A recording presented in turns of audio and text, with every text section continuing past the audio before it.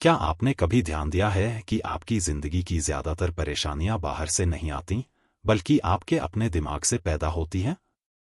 कई बार ऐसा होता है कि आप अकेले बैठे होते हैं, आपके सामने कोई समस्या नहीं होती, फिर भी आपका मन खुद से बातें करने लगता है। वह कहता है कि तुम कुछ नहीं कर पाओगे, लोग तुम्हें पसंद नहीं करते, तुम्हारा भविष्य खराब है। धीरे धीरे दिल भारी हो जाता है, मन उदास हो जाता है और बिना किसी वजह के तनाव बढ़ने लगता है। अब सवाल यह है कि क्या सच में कोई परेशानी थी या सिर्फ सोच ने परेशानी पैदा कर दी? यही इस किताब का मुख्य विचार है कि जो भी आपका दिमाग बोले, उस पर आंख बंद करके भरोसा मत करो। लेखक कहते हैं कि हमारी जिंदगी की ज्यादातर तकलीफें हकीकत से नहीं, हमारी सोच से पैदा होती हैं। यह किताब सिखाती है कि ओवरथिंकिंग कैसे खत्म करें, डर और चिंता से कैसे बाहर निकलें और अपने मन को शांत कैसे रखें। मान लीजिए एक लड़का है जिसका नाम राहुल है। उसकी जिंदगी बाहर से ठीक दिखती है। उसके पास नौकरी है, घर है, खाने को मिल रहा है, फिर भी वह अंदर से दुखी रहता है। वजह यह नहीं है कि उसकी जिंदगी में कोई बड़ी समस्या है, बल्कि वजह यह है कि उसका दिमाग उसे लगातार याद दिलाता रहता है कि उसकी सैलरी कम है, उसके दोस्त उससे आगे निकल गए हैं, उसकी शादी नहीं हुई और उसका भविष्य खराब है। अब अगर ध्यान से देखें तो राहुल के पास सब कुछ है जिसकी उसे जरूरत है, फिर भी वह दुखी है। इसका मतलब यह हुआ कि दुख बाहर से नहीं आया, बल्कि सोच से आया। लेखक कहते हैं कि हम हमेशा मानते हैं कि समस्या बाहर की दुनिया में है, लेकिन असल में समस्या हमारे विचारों में होती है। अगर कोई इंसान हमें कुछ बुरा कह दे तो हमें दुख होता है, लेकिन जब वही बात हम खुद अपने दिमाग में बार बार दोहराते हैं तो दुख कई गुना बढ़ जाता है। सबसे ज्यादा नुकसान कोई दूसरा इंसान नहीं करता, बल्कि हमारा अपना दिमाग करता है। हमारी सोच ऐसे काम करती है कि वह पुराने जख्म याद दिलाती है, भविष्य का डर दिखाती है, दूसरों से तुलना करवाती है और अपराधबोध पैदा करती है। फिर हम मान लेते हैं कि जो सोच रहे हैं वही सच है। लेकिन लेखक कहते हैं कि हर विचार सच नहीं होता और हर सोच हकीकत नहीं होती। जैसे आसमान में बादल आते जाते रहते हैं, लेकिन आसमान वही रहता है, वैसे ही विचार आते जाते रहते हैं, लेकिन आप वही रहते हैं। सोच आप नहीं हैं, सोच सिर्फ आपके अंदर चल रही एक प्रक्रिया है। अब एक बहुत गहरी बात समझने वाली है। जब आप कहते हैं कि मैं परेशान हूं, तो असल में आप परेशान नहीं होते, बल्कि आपके अंदर परेशान करने वाली सोच चल रही होती है। जब आप कहते हैं कि मुझे गुस्सा आ रहा है, तो इसका मतलब यह है कि गुस्सा आ रहा है, आप खुद गुस्सा नहीं है। गुस्सा एक मेहमान की तरह आता है और चला जाता है। लेकिन हम गलती यह करते हैं कि उस मेहमान को अपने घर का मालिक बना लेते हैं। लेखक कहते हैं कि आप अपने विचारों के मालिक हैं, उनके गुलाम नहीं। बचपन से हमें सिखाया गया कि सोचो, चिंता करो, डर जाओ और धीरे धीरे हमें लगने लगता है कि मेरी सोच ही मैं हूं। लेकिन अगर आप सोच ही होते, तो आप अपनी सोच को देख कैसे पाते? जब आप कहते हैं कि मेरे दिमाग में गलत विचार आ रहा है, तो इसका मतलब यह है कि एक तरफ विचार है और दूसरी तरफ उसे देखने वाला है। देखने वाला आप हैं और विचार सिर्फ एक आवाज है। आप नदी नहीं हैं, आप नदी को देखने वाले हैं। आप तूफान नहीं हैं, आप तूफान को देखने वाले हैं। यही समझ इंसान को हल्का बनाती है और अंदर से आजाद करती है। अब सवाल आता है कि हम इतना ज्यादा सोचते क्यों हैं? इसका कारण यह है कि दिमाग का काम ही खतरा ढूंढना और भविष्य की चिंता करना है। पुराने जमाने में जब जंगल में जानवर होते थे, तब दिमाग का डर दिखाना जरूरी था ताकि इंसान बच सके। लेकिन आज वही दिमाग छोटी छोटी बातों पर भी खतरा महसूस करने लगता है। अगर बॉस का मैसेज आ जाए तो दिमाग सोचने लगता है कि कहीं नौकरी न चली जाए। अगर कोई जवाब देर से दे दे तो दिमाग मान लेता है कि वह नाराज है। लेखक कहते हैं कि ओवरथिंकिंग असल में हमारा सर्वाइवल सिस्टम है, लेकिन गलत समय पर चालू हो जाता है। हम भविष्य के बारे में सोचते रहते हैं कि अगर फेल हो गया तो क्या होगा, लोग क्या कहेंगे, मैं अकेला रह गया तो क्या होगा। इस चक्कर में हम आज की शांति खो देते हैं। इसलिए हम दुखी इसलिए नहीं होते कि कुछ बुरा हो गया, बल्कि इसलिए दुखी होते हैं क्योंकि हम सोचते रहते हैं कि कुछ बुरा हो सकता है। इस किताब का पहला और सबसे बड़ा संदेश यही है कि आपकी जिंदगी की परेशानी बाहर की घटनाओं से नहीं, बल्कि अंदर चल रही सोच से आती है। आप अपनी सोच नहीं हैं, आप उसे देखने वाले हैं। हर विचार पर भरोसा करना जरूरी नहीं है। जब आप यह समझ जाते हैं कि विचार आते जाते रहते हैं और आप उनसे अलग हैं, तब धीरे धीरे मन हल्का होने लगता है और जीवन में शांति आने लगती है। जब इंसान यह समझने लगता है कि उसकी परेशानी उसकी सोच से पैदा होती है, तब अगला सवाल आता है कि इस सोच से बाहर कैसे निकला जाए। लेखक कहते हैं कि दुख तब पैदा होता है जब हम अपनी सोच को सच मान लेते हैं। जैसे ही हम हर विचार पर विश्वास करना शुरू करते हैं, वैसे ही डर, चिंता और बेचैनी हमारी जिंदगी में घर बना लेते हैं। लेकिन अगर हम यह देखना सीख जाए कि यह सिर्फ विचार हैं, तो उनका असर अपने आप कम होने लगता है। मान लीजिए आपके मन में विचार आया कि मैं असफल हो जाऊंगा। अगर आप इसे सच मान लेते हैं तो डर पैदा होगा, शरीर में तनाव आएगा और आप काम करना छोड़ देंगे।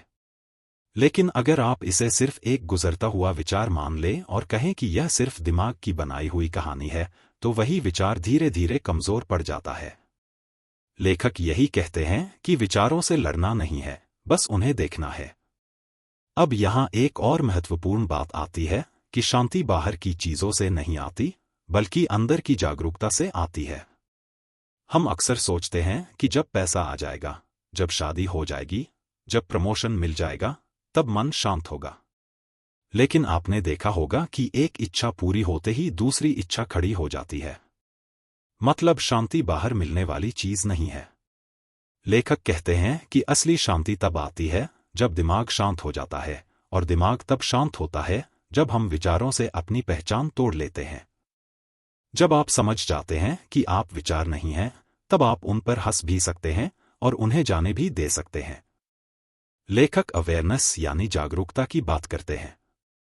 जागरूकता का मतलब है कि आप अपने अंदर चल रही सोच को बिना जज किए देखें।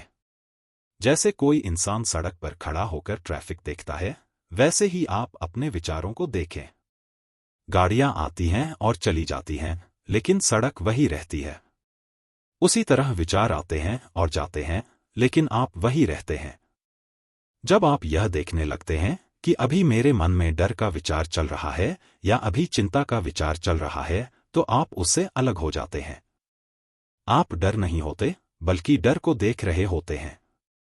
यही देखने की क्षमता धीरे धीरे दुख को कम कर देती है। अब लेखक यह भी बताते हैं कि ज्यादातर लोग दुख इसलिए झेलते हैं क्योंकि वे अपने अतीत और भविष्य में फंसे रहते हैं। या तो वे पुरानी गलतियों को याद करते रहते हैं या आने वाले समय की चिंता करते रहते हैं। लेकिन सच्चाई यह है कि जिंदगी सिर्फ इस पल में होती है। जो बीत गया वह अब मौजूद नहीं है और जो आने वाला है वह अभी आया नहीं है। फिर भी हमारा दिमाग हमें बार बार वहां ले जाता है। लेखक कहते हैं कि दुख का असली कारण वर्तमान पल से दूर जाना है। जब आप इस समय में होते हैं, तो आप देखेंगे कि अभी इस पल में कोई बड़ी समस्या नहीं है। आप सांस ले रहे हैं, आप सुरक्षित हैं और आप जिंदा हैं। यही वर्तमान का एहसास धीरे धीरे मन को शांत करता है। लेखक यह भी समझाते हैं कि हमारे दुख का एक बड़ा कारण तुलना है। हम खुद की तुलना दूसरों से करते हैं और खुद को छोटा महसूस करने लगते हैं। सोशल मीडिया पर किसी की चमकती जिंदगी देखकर हमें लगता है कि हमारी जिंदगी बेकार है। लेकिन यह सब भी सोच का खेल है। आप किसी की जिंदगी का सिर्फ एक छोटा सा हिस्सा देखते हैं और उसे अपनी पूरी जिंदगी से तुलना करने लगते हैं। लेखक कहते हैं कि तुलना एक ऐसी आग है जो इंसान की शांति को जला देती है। जब आप तुलना छोड़ देते हैं और अपनी जिंदगी को जैसा है वैसा स्वीकार कर लेते हैं, तब मन हल्का हो जाता है। धीरे धीरे किताब हमें यह सिखाती है कि सुख और दुख बाहर से नहीं आते, बल्कि हमारे विचारों से पैदा होते हैं। अगर किसी इंसान के पास कम चीजें हों लेकिन उसका मन शांत हो, तो वह खुश रह सकता है। और अगर किसी के पास सब कुछ हो लेकिन उसका दिमाग बेचैन हो, तो वह दुखी ही रहेगा। लेखक कहते हैं कि दुख का इलाज परिस्थितियां बदलना नहीं है, बल्कि सोच को देखना और उससे अलग होना है। जब आप यह समझ जाते हैं कि हर विचार को मानना जरूरी नहीं है, तब आप खुद को आजाद महसूस करने लगते हैं। अब अंत में लेखक हमें असली शांति की परिभाषा बताते हैं। असली शांति का मतलब यह नहीं है कि जीवन में कोई समस्या नहीं होगी। समस्याएं तो आएंगी, हालात बदलेंगे, लोग बदलेंगे, लेकिन अगर आप अपने विचारों को देखने की आदत बना लेते हैं तो वे समस्याएं आपको अंदर से तोड़ नहीं पाएंगी। आप दुख को महसूस करेंगे लेकिन उसमें डूबेंगे नहीं। आप डर को देखेंगे लेकिन उसके गुलाम नहीं बनेंगे। यही असली आजादी है। इस पूरी किताब का सार यही है कि आपकी जिंदगी की सबसे बड़ी समस्या बाहर नहीं है, बल्कि अंदर चल रही सोच है। जैसे ही आप यह समझ लेते हैं कि आप अपने विचार नहीं हैं, वैसे ही आपके दुख की पकड़ ढीली पड़ने लगती है। धीरे धीरे मन शांत होने लगता है और आप जिंदगी को हल्केपन से जीने लगते हैं। लेखक यही संदेश देते हैं कि हर विचार सच नहीं होता और हर सोच पर भरोसा करना जरूरी नहीं है। जब आप यह कला सीख जाते हैं कि सोच को देखना है, मानना नहीं है, तब जीवन अपने आप आसान लगने लगता है। लेखक आगे बताते हैं कि इंसान की जिंदगी में ज्यादातर दुख तब शुरू होता है जब वह अपने दिमाग की बनाई हुई कहानियों पर भरोसा कर लेता है। दिमाग हर समय किसी न किसी कहानी को गढ़ता रहता है। कभी वह कहता है कि तुम्हारा भविष्य अंधकारमय है, कभी कहता है कि लोग तुम्हारे बारे में गलत सोच रहे हैं, कभी वह याद दिलाता है कि तुम पहले असफल हो चुके हो, इसलिए आगे भी असफल हो जाओगे। ये सारी बातें असल में भविष्य की भविष्यवाणी नहीं होती, बल्कि सिर्फ दिमाग की कल्पनाएं होती हैं। लेकिन हम इन्हें ऐसे मान लेते हैं जैसे ये सच्चाई हो। जब हम इन पर भरोसा कर लेते हैं, तब डर पैदा होता है, बेचैनी आती है और जीवन भारी लगने लगता है।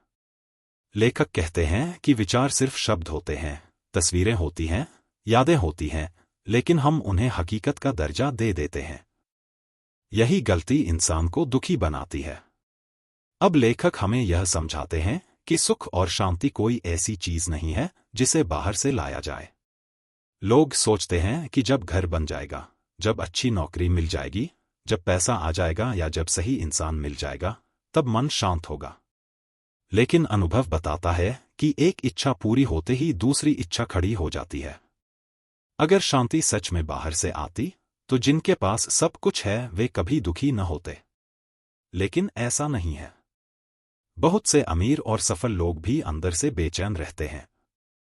इसका कारण यह है कि शांति वस्तुओं से नहीं आती, बल्कि दिमाग की गतिविधि रुकने से आती है। जब सोच धीमी होती है, तब मन शांत होता है। और सोच तब धीमी होती है जब हम उससे अपनी पहचान तोड़ लेते हैं। लेखक वर्तमान क्षण की बहुत ज्यादा बात करते हैं। वे कहते हैं कि इंसान या तो अतीत में जीता है या भविष्य में, लेकिन वर्तमान में बहुत कम जीता है। अतीत में हम अपनी गलतियों को दोहराते रहते हैं और खुद को दोष देते रहते हैं। भविष्य में हम डर के साथ जीते हैं कि पता नहीं क्या होगा। लेकिन सच्चाई यह है कि जीवन सिर्फ अभी है। इस पल में जो हो रहा है वही असली जीवन है। अगर इस पल में देखा जाए तो ज्यादातर समय कोई बड़ी समस्या नहीं होती। हम सांस ले रहे होते हैं, जिंदा होते हैं और सुरक्षित होते हैं। लेकिन दिमाग हमें वहां से उठाकर किसी और समय में ले जाता है। लेखक कहते हैं कि दुख का एक बड़ा कारण यही है कि हम वर्तमान से भाग जाते हैं। जैसे ही हम इस पल में लौटते हैं, मन हल्का होने लगता है। लेखक यह भी बताते हैं कि इंसान का दिमाग हमेशा नियंत्रण चाहता है। वह चाहता है कि सब कुछ उसकी योजना के अनुसार चले। लेकिन जीवन कभी भी पूरी तरह हमारे नियंत्रण में नहीं होता। जब चीजें हमारी उम्मीद के अनुसार नहीं होती, तब दिमाग शिकायत करने लगता है, गुस्सा करता है और डराता है। लेखक कहते हैं कि दुख का एक कारण यह भी है कि हम जीवन को जैसा है वैसा स्वीकार नहीं करते। हम चाहते हैं कि हालात अलग हों, लोग अलग हों और जिंदगी हमारी सोच के अनुसार चले। जब ऐसा नहीं होता, तब हम अंदर से टूट जाते हैं। लेकिन जब हम यह समझ लेते हैं कि जीवन को पूरी तरह नियंत्रित नहीं किया जा सकता, तब हम थोड़ा ढीला होना सीखते हैं और मन को आराम मिलता है। अब लेखक यह भी बताते हैं कि भावनाएं भी विचारों से पैदा होती हैं। पहले एक विचार आता है, फिर उस विचार से भावना पैदा होती है। अगर विचार डर का है, तो भावना डर की होगी। अगर विचारहीनता का है, तो भावना उदासी की होगी। लेकिन हम भावना को असली मान लेते हैं और सोच को भूल जाते हैं। हमें लगता है कि मैं दुखी हूं क्योंकि मेरी जिंदगी खराब है, जबकि असल में हम दुखी होते हैं क्योंकि हम अपनी जिंदगी के बारे में दुखी विचार सोच रहे होते हैं। जब हम विचार को पहचान लेते हैं, तब भावना अपने आप कमजोर पड़ जाती है। लेखक कहते हैं कि भावना से लड़ने की जरूरत नहीं है, बस उस विचार को देखो जिससे वह पैदा हुई है। धीरे धीरे लेखक हमें यह सिखाते हैं कि सबसे बड़ी आजादी यह जानना है कि हमें हर विचार पर प्रतिक्रिया नहीं देनी है। दिमाग कुछ भी बोले, यह जरूरी नहीं कि हम उस पर चलें। जैसे सड़क पर कोई अजनबी कुछ कह दे तो हम हर बात पर ध्यान नहीं देते, वैसे ही दिमाग की हर बात पर ध्यान देना जरूरी नहीं है। कुछ विचारों को बस आने देना और जाने देना ही समझदारी है। यही अभ्यास धीरे धीरे इंसान को मजबूत बनाता है। जब विचार आए कि मैं कमजोर हूं, तो उसे देखकर छोड़ देना। जब विचार आए कि मैं असफल हो जाऊंगा, तो उसे देखकर छोड़ देना। लेखक कहते हैं कि विचारों को रोकने की कोशिश मत करो, क्योंकि रोकने से वे और ज्यादा ताकतवर हो जाते हैं। बस उन्हें पहचानो और उन्हें जाने दो। किताब के अंत की ओर लेखक यह बताते हैं कि असली शांति कोई विशेष अवस्था नहीं है, बल्कि हमारी प्राकृतिक स्थिति है। जब हम बहुत छोटे होते हैं, तब हमारे अंदर ज्यादा सोच नहीं होती। हम जो देखते हैं वही होते हैं। हमें ज्यादा चिंता नहीं होती कि लोग क्या कहेंगे या कल क्या होगा। लेकिन जैसे जैसे हम बड़े होते हैं, सोच बढ़ती जाती है और साथ में दुख भी बढ़ता जाता है। लेखक कहते हैं कि शांति को बनाना नहीं है, बल्कि जो सोच की परतें उस पर चढ़ गई हैं उन्हें हटाना है। जैसे सूरज हमेशा चमकता रहता है, लेकिन बादल उसे ढक लेते हैं, वैसे ही हमारे अंदर शांति हमेशा होती है, लेकिन विचार उसे ढक लेते हैं। जब विचार हटते हैं, तो शांति अपने आप प्रकट होती है।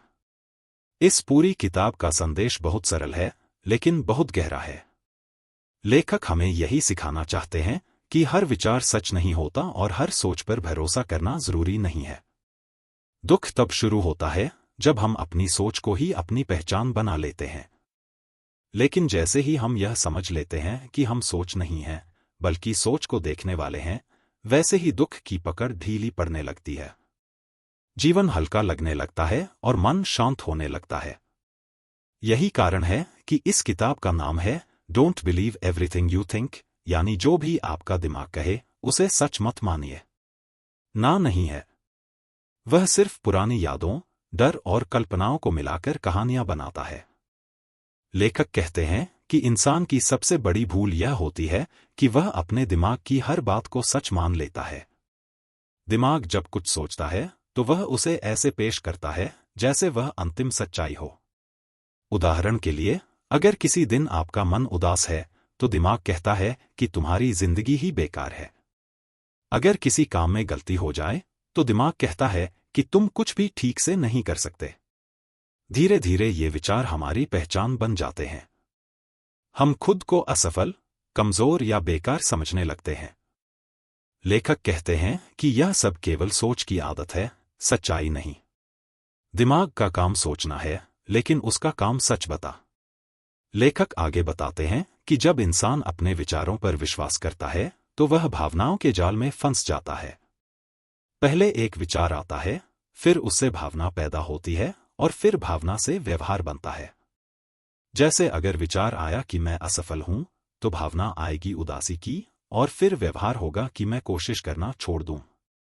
इस तरह एक छोटा सा विचार पूरी जिंदगी की दिशा बदल सकता है। लेकिन अगर उसी विचार को आप पहचान लें कि यह सिर्फ एक सोच है, तो भावना की पकड़ ढीली पड़ जाती है और आपका व्यवहार बदल सकता है। लेखक कहते हैं कि यही समझ इंसान को आजाद करती है। किताब यह भी बताती है कि हम ज्यादातर समय अपने दिमाग की बनाई हुई दुनिया में जीते हैं, असली दुनिया में नहीं। असली दुनिया वह है जो इस पल हमारे सामने है, लेकिन दिमाग हमें वहां से उठाकर अतीत और भविष्य में ले जाता है। हम सोचते रहते हैं कि पहले क्या गलत हुआ और आगे क्या गलत हो सकता है। इसी वजह से वर्तमान पल का सुख हमें दिखाई ही नहीं देता।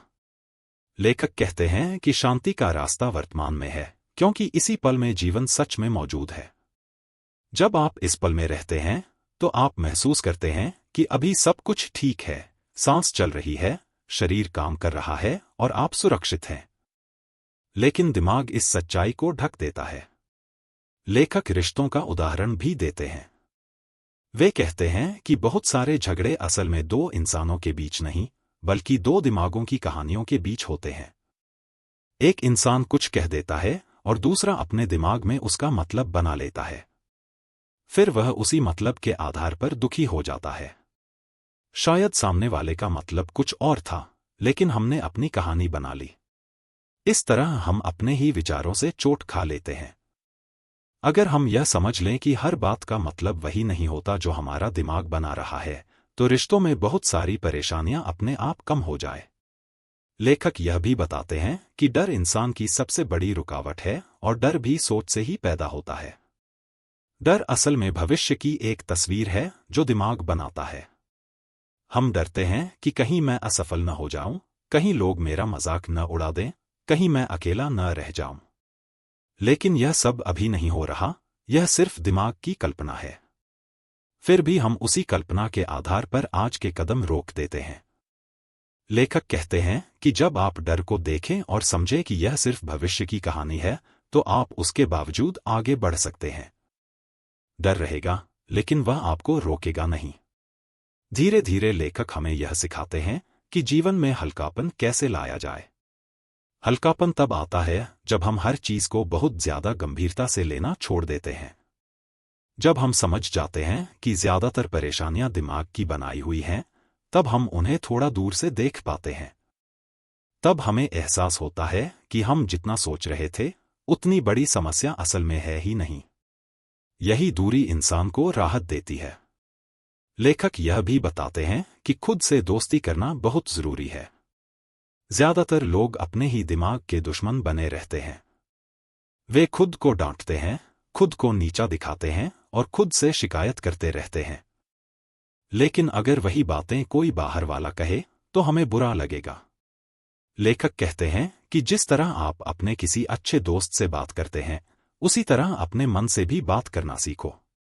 अपने विचारों को कठोरता से नहीं, समझदारी से देखो। जब आप अपने दिमाग को दुश्मन नहीं, बल्कि एक शोर करने वाला मशीन समझ लेते हैं, तब उससे लड़ाई खत्म हो जाती है।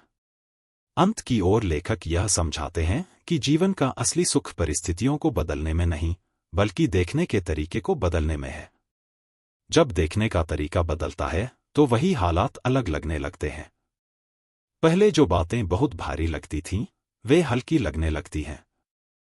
पहले जो डर बहुत बड़ा लगता था, वह छोटा लगने लगता है। यह सब इसलिए होता है क्योंकि आप सोच से अलग होना सीख जाते हैं। इस पूरी किताब का निष्कर्ष यही है कि इंसान की जिंदगी का सबसे बड़ा बोझ उसकी सोच है। जैसे ही वह इस बोझ को पहचानता है, वैसे ही वह उसे धीरे धीरे उतार सकता है। लेखक हमें यह सिखाते हैं कि विचारों को रोकना नहीं है, उन्हें बदलना भी नहीं है, बस उन्हें देखना है। देखना ही काफी है, क्योंकि देखने से पहचान टूट जाती है। और जब पहचान टूटती है, तब दुख भी कम हो जाता है। लेखक अंत में यह बताते हैं कि जब इंसान यह समझ लेता है कि उसकी सोच ही उसके दुख का मुख्य कारण है, तब वह अपने जीवन को नए नजरिए से देखने लगता है। पहले जहां हर छोटी बात उसे परेशान कर देती थी, वहीं अब वह उन बातों को दूर से देखने लगता है। जैसे कोई इंसान सड़क किनारे बैठकर गाड़ियों को जाते हुए देखता है, वैसे ही वह अपने विचारों को आते जाते देखता है। अब वह उनके पीछे भागता नहीं है, उनसे लड़ता नहीं है और उन्हें सच मानकर डरता भी नहीं है। वह बस उन्हें देखता है और छोड़ देता है। यही देखने की कला उसे धीरे धीरे हल्का बना देती है। लेखक यह भी कहते हैं कि जिंदगी में मुश्किलें तो आएंगी ही, क्योंकि जीवन का स्वभाव ही बदलना है। कभी स्वास्थ्य बिगड़ेगा, कभी पैसे की चिंता होगी, कभी रिश्तों में गलतफहमी आएगी। लेकिन फर्क यह होगा कि अब इंसान उन मुश्किलों से टूटेगा नहीं। पहले वह हर परेशानी को अपने ऊपर ले लेता था और सोचता था कि मेरी जिंदगी ही खराब है। अब वह यह समझ पाता है कि परेशानी एक परिस्थिति है और दुख एक सोच है। परिस्थिति बदल सकती है, लेकिन सोच को देखा और छोड़ा जा सकता है। यही समझ इंसान को अंदर से मजबूत बना देती है। लेखक यह भी बताते हैं कि ज्यादातर लोग खुश रहने की कोशिश करते हैं, लेकिन असल में वे दुख से लड़ते रहते हैं। वे चाहते हैं कि दिमाग में कभी गलत विचार न आए, कभी डर न हो और कभी चिंता न हो। लेकिन यह संभव नहीं है, क्योंकि दिमाग का काम ही सोचना है। लेखक कहते हैं कि शांति का मतलब यह नहीं है कि आपके दिमाग में विचार आना बंद हो जाए। शांति का मतलब यह है कि जब विचार आए तो आप उनसे उलझे नहीं। आप उन्हें आने दें और जाने दें। जैसे बारिश होती है और रुक जाती है, वैसे ही विचार आते हैं और चले जाते हैं। आप बारिश नहीं हैं, आप आसमान हैं। धीरे धीरे इंसान यह भी समझने लगता है कि वह जितना ज्यादा अपने विचारों को नियंत्रित करने की कोशिश करता है, उतना ही वे ज्यादा ताकतवर हो जाते हैं। अगर आप बार बार सोचें कि मुझे चिंता नहीं करनी चाहिए, तो चिंता और बढ़ जाती है। लेकिन अगर आप यह मान लें कि चिंता आ रही है और यह सिर्फ एक सोच है, तो उसकी पकड़ ढीली पड़ जाती है। लेखक कहते हैं कि स्वीकार करना ही सबसे बड़ा इलाज है। जब आप किसी भावना या विचार को स्वीकार कर लेते हैं, तो वह आपको नुकसान नहीं पहुंचा पाता। इस किताब का एक बहुत सुंदर संदेश यह भी है कि जीवन में सरलता लाना बहुत जरूरी है। हम अपनी सोच को बहुत जटिल बना लेते हैं। हम हर बात का मतलब निकालते हैं, हर बात में भविष्य देखते हैं और हर बात को अपनी पहचान से जोड़ लेते हैं। लेकिन जब हम सरल हो जाते हैं और चीजों को जैसा है वैसा देखने लगते हैं, तब जीवन आसान लगने लगता है। लेखक कहते हैं कि ज्यादातर दुख इसलिए होता है क्योंकि हम जरूरत से ज्यादा सोचते हैं। जब सोच कम होती है, तब शांति अपने आप आती है। लेखक यह भी समझाते हैं कि आत्मज्ञान का मतलब यह नहीं है कि आप कोई नई चीज बन जाए। आत्मज्ञान का मतलब यह है कि आप यह पहचान लें कि आप पहले से ही क्या हैं। आप कोई टूटे हुए इंसान नहीं हैं जिसे ठीक करना है।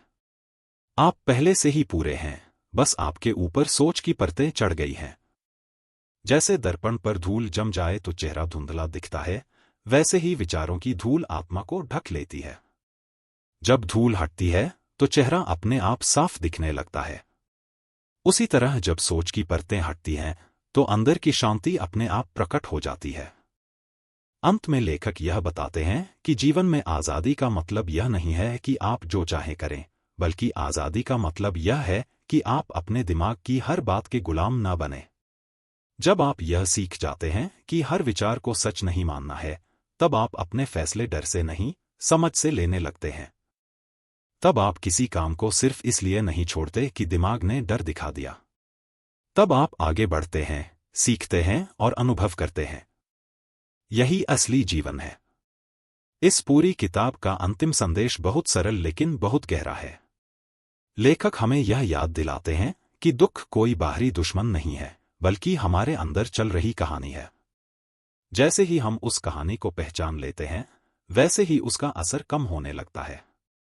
जब हम यह समझ जाते हैं कि हम अपनी सोच नहीं हैं, बल्कि सोच को देखने वाले हैं, तब मन हल्का होने लगता है, दिल शांत होने लगता है और जीवन आसान लगने लगता है। यही कारण है कि किताब का नाम है don't believe everything you think, यानी जो भी आपका दिमाग कहे उसे बिना जांच परख के सच मत मानिए। अब अगर हम पूरे सारांश को एक वाक्य में समेटें तो यह होगा कि इंसान की जिंदगी का सबसे बड़ा बोझ उसकी सोच है और सबसे बड़ी आजादी यह जानना है कि हर सोच सच्चाई नहीं होती। जब आप इस बात को अपने जीवन में उतार लेते हैं तो आप धीरे धीरे चिंता से बाहर निकलने लगते हैं, डर से ऊपर उठने लगते हैं और अपने भीतर की शांति को महसूस करने लगते हैं। यही इस किताब की असली सीख है और यही वह रास्ता है जो इंसान को अंदर से हल्का और आजाद बनाता है।